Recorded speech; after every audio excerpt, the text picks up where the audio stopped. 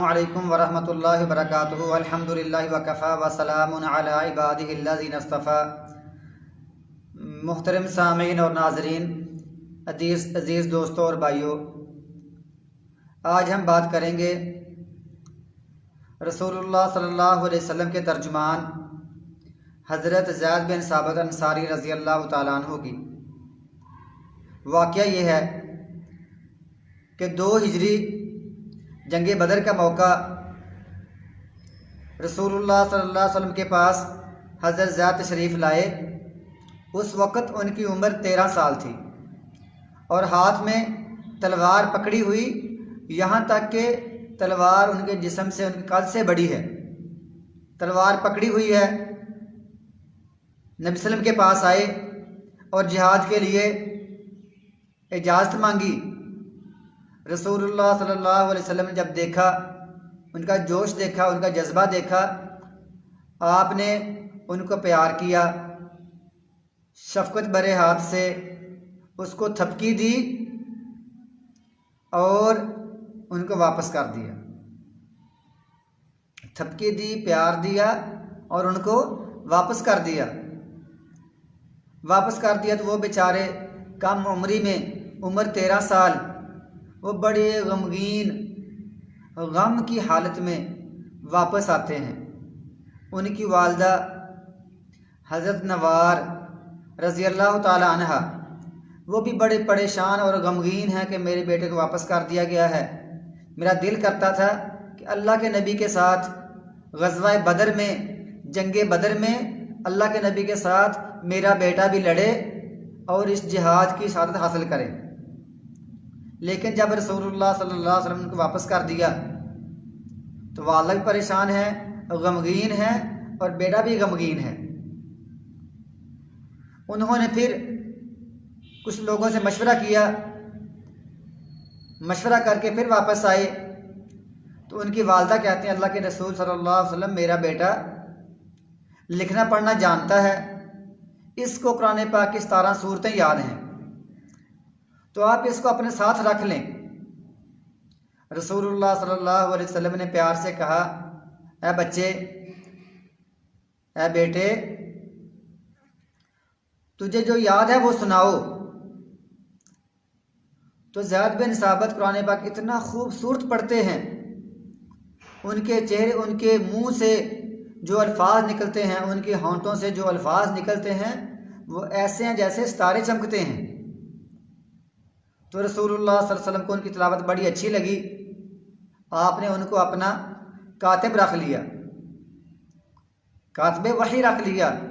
जब कभी कोई आयत उतरती, कोई सूरत उतरती, रसूलुल्लाह सल्लल्लाहु अलैहि वसल्लम ज़ैद बिन साबित को बुलाते और फरमाते कि ये आयत लिख लो, फ़लाँ जगह पर लिख लो, ये सूरत लिख लो।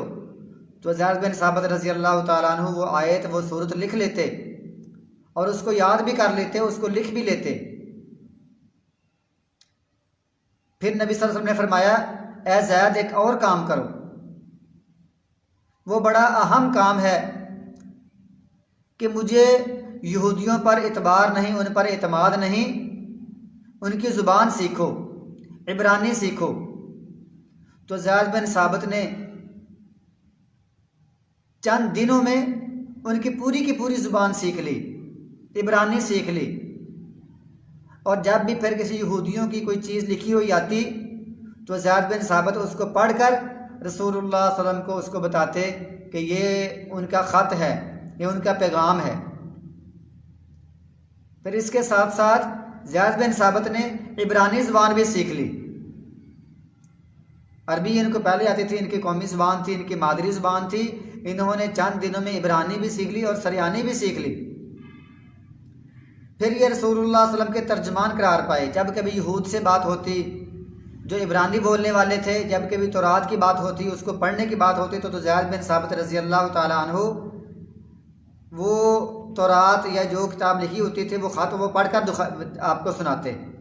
इसी तरह फिर रसूलुल्लाह सल्लल्लाहु अलैहि वसल्लम के बाद दौर आता है अबू बकर सिद्दीक का। उनके दौर में ज़ैद बिन साबित, इनकी ड्यूटी ये लगाई गई कि कुरान पाक को जमा करना है। कुरान पाक को जमा करना है, बल्कि इस कमेटी के ये सरपरस्त थे। फिर उनके बाद दौर आता है अबू बकर सिद्दीक के बाद उमर फ़ारूक का। उमर फ़ारूक फरमाते हैं कि जो बंदा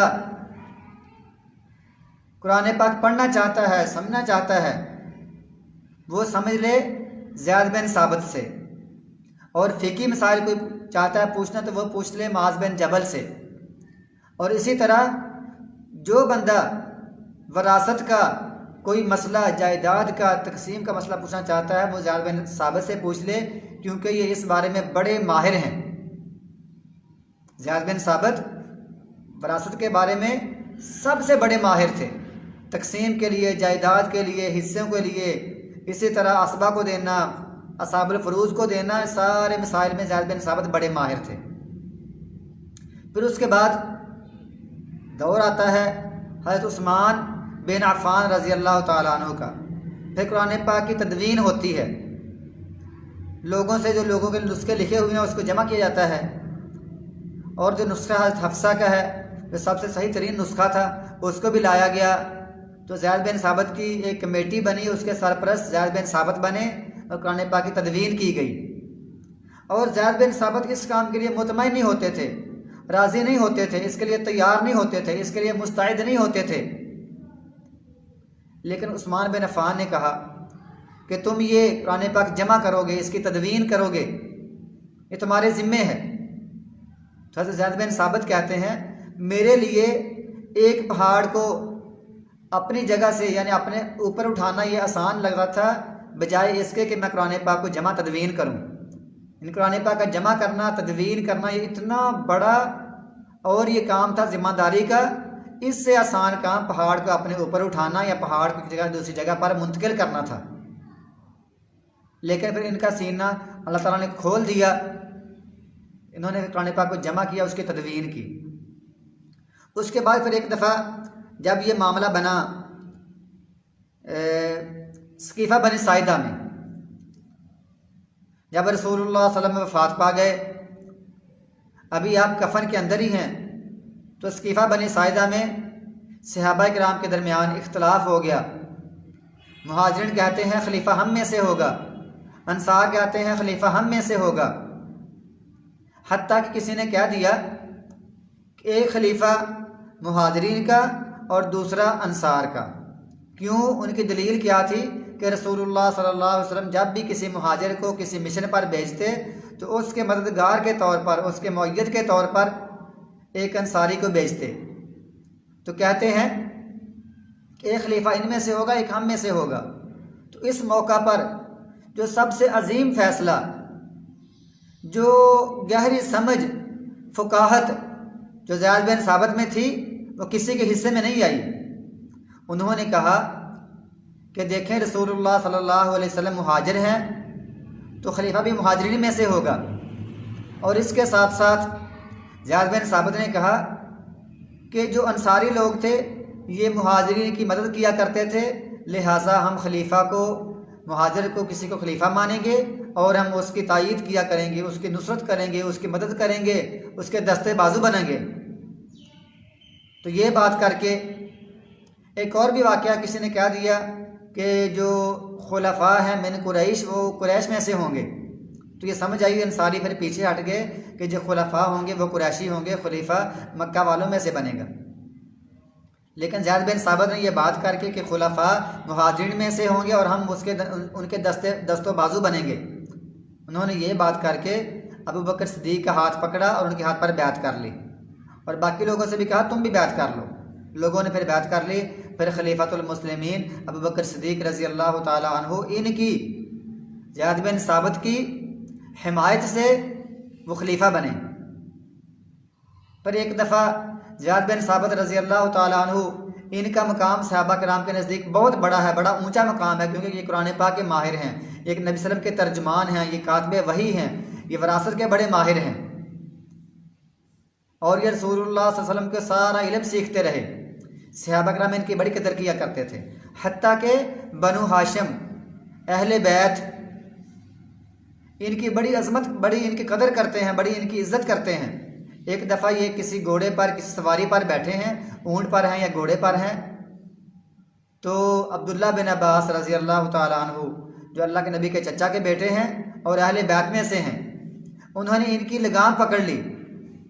लगाम पकड़कर जब चले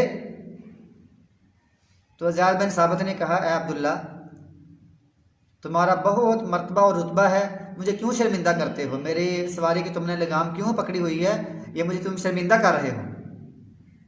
तो अब्दुल्ला बिन अब्बास जो हिब्रुल उम्मा है, जो उम्मत के सबसे बड़े मुफस्सिर हैं, वो कहते हैं कि हमें उलमा की कदर करने का, इसी तरह हमें उनकी कदर सिखाई गई है।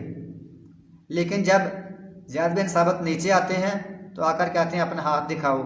अब्दुल्ला बिन अब्बास अपना हाथ आगे करते हैं तो वो उनके हाथ को चूम लेते हैं, उनके हाथ पर बोसा देते हैं और फरमाते हैं कि हमें अहले बैत से यही मोहब्बत करने का सलीका सिखाया गया है और हमें उनकी कदर करने का, उनकी इज़्ज़त करने का हमें यही एहतराम सिखाया गया है, हमें यही तरीका सिखाया गया है। उन्होंने उनके हाथ को बोसा दिया। अब्दुल्ला बिन अब्बास ने उनकी लगाम पकड़ी और कहा हमें उलमा की इज़्ज़त करने का हमें हुक्म दिया गया है, हमें ये तरीका और सलीका सिखाया गया है। और उधर ज़ियाद बिन साबित ने अब्दुल्ला बिन अब्बास के हाथ को चूम लिया और फरमाया हमें अहले बैत से यही मोहब्बत करने की तालीम दी गई है। अल्लाह ताला इन सारे लोगों से राज़ी है, हज़रत ज़ियाद बिन साबित से भी राज़ी है